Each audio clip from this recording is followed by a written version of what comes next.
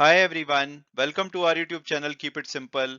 आज के वीडियो में हम बात करेंगे जी एंटरटेनमेंट की, जिसको एनएससी यानी कि नेशनल स्टॉक एक्सचेंज ने अपने फ्यूचर एंड ऑप्शन सेगमेंट से बाहर कर दिया है। तो आज के वीडियो में हम इस टॉपिक को डिटेल में डिस्कस करेंगे और ये भी बात करेंगे कि भाई अगर हमारी मार्च और अप्रैल की जो एफएनओ की पोजीशंस हैं वो अगर अभी ओपन है तो उनका क्या होगा।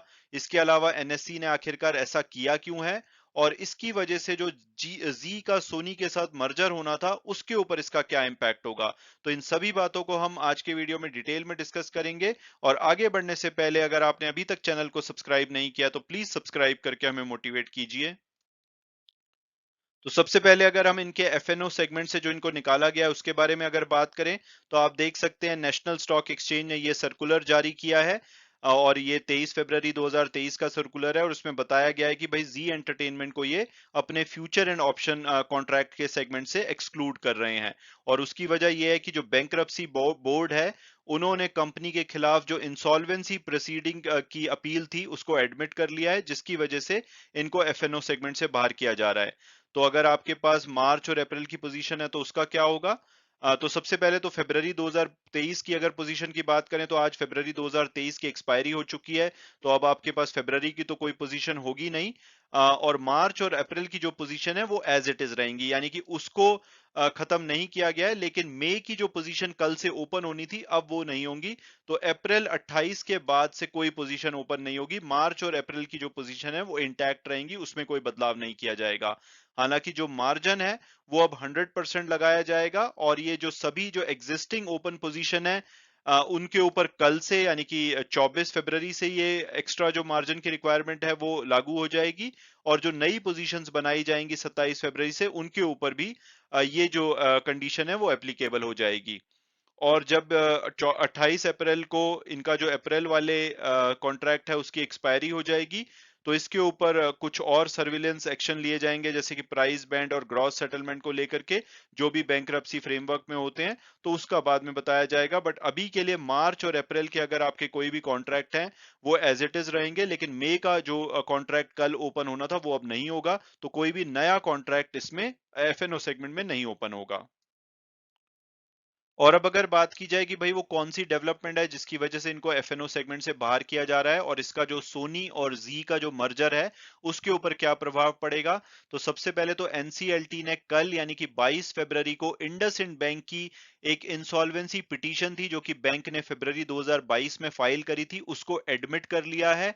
और उसके अंतर्गत अब एसएल ग्रुप की जो लिस्टेड कंपनियां जी एंटरटेनमेंट और सिटी नेटवर्क दोनों के अगेंस्ट इंसॉल्वेंसी प्रोसीडिंग्स चलाई जाएंगी। इंडसइंड बैंक ने अपनी प्ली में क्लेम किया था कि 83 करोड़ 8 लाख रुपए का एक लोन था जो कि जी एंटरटेनमेंट ने उसके ऊपर डिफॉल्ट किया है, ये उसके ऊपर गारंटर थे, लेकिन इन्होंने इसको पे ऑफ नहीं किया है। और इसकी वजह से जो सोनी का और जी का मर्जर होना था जो कि ऑलरेडी 2 साल डिले हो गया है, दिसंबर 2021 में आपको याद होगा सोनी और जी ने एक मर्जर डील साइन की थी, उसके अंतर्गत जो दोनों कंपनीज की linear network digital assets production operation और प्रोग्राम लाइब्रेरीज थी उनको मर्ज किया जाना था। लेकिन क्योंकि अब इंसॉल्वेंसी प्रोसीडिंग्स चलेंगी कंपनी के अगेंस्ट तो ऐसे में कोई भी ट्रांसफर ऑफ असेट्स पॉसिबल नहीं लगता है।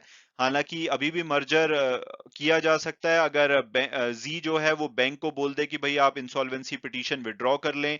दूसरा रास्ता ये है कि एनसीएलटी में ये अपील करें कि भाई इस ऑर्डर को साइड कर दिया जाए। और इसके लिए अपील ऑलरेडी एमडी और सीईओ जो जील के हैं उन्होंने कर दी है। और इनके अलावा लास्ट ऑप्शन ये है कि जी जो ये रिमेनिंग अमाउंट है 83 करोड़ का इसको इंडसइंड बैंक को पे कर दे। हालांकि करंट सिनारियो में ये काफी मुश्किल लगता है।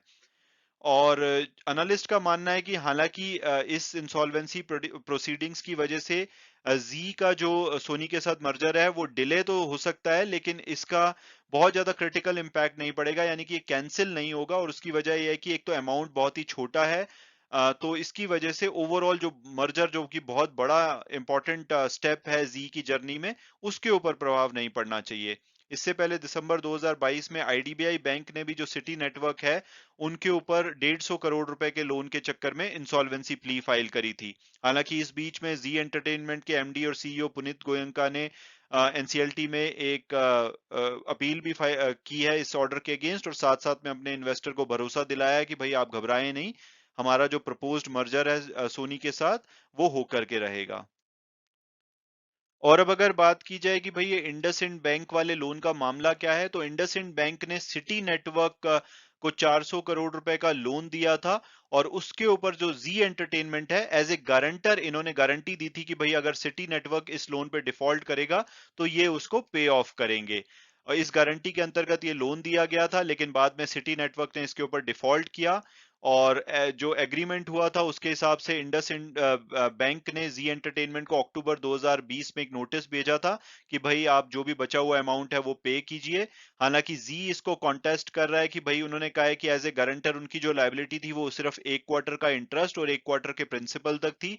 लेकिन इंडसइंड बैंक ज्यादा मांग कर रहा है, तो इसको लेकर के वो इसके अगेंस्ट कॉन्टेस्ट कर रहे थे। तो फाइनली फरवरी 2022 में इंडसइंड बैंक ने एनसीएलटी को अप्रोच किया था कि भाई आप इंसॉल्वेंसी जो प्रोसीडिंग्स है जी एंटरटेनमेंट के अगेंस्ट वो शुरू कीजिए, क्योंकि इन्होंने हमारे लोन पे डिफॉल्ट किया है। और अब अगर बात की जाए कि भाई ऐसे में क्या हमें जी एंटरटेनमेंट का शेयर लेना चाहिए या नहीं, तो सबसे पहले अगर हम इसकी पास्ट परफॉर्मेंस देखें तो 3 साल में 23% की नेगेटिव रिटर्न है, पिछले एक साल में 17% की नेगेटिव रिटर्न है, और आज भी इनका शेयर एक बार के लिए तो 14% तक नीचे गिर गया था, लेकिन बाद में जब पुनीत गोयंका ने जब अपील फाइल करी तो उसके बाद थोड़ी सी रिकवरी देखी गई, और अल्टीमेटली लगभग 0.4% ये नीचे गिर करके बंद हुआ है। और टिकर टेप के प्रेडिक्टिव एनालिसिस के हिसाब से इसका जो एवरेज प्राइस है वो 274 होना चाहिए, हायर साइड पे 390 और लोअर साइड पे 215। हालांकि अब शायद ये बदलेगा, क्योंकि जो भी लेटेस्ट डेवलपमेंट हुई है उसको शायद इसमें एडजस्ट करना पड़ेगा।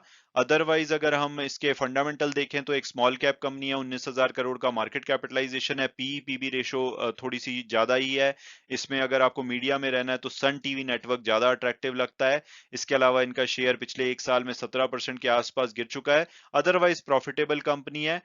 तो हो सकता है कि अभी जो ये चीजें आए, या तो जी एंटरटेनमेंट इस लोन को पे ऑफ कर दे, या किसी तरह से इसको सुलटा ले तो दोबारा से शेयर भाग सकता है, बट अभी के लिए मुझे लगता है कि कल तो इसमें अच्छी खासी और गिरावट आ सकती है।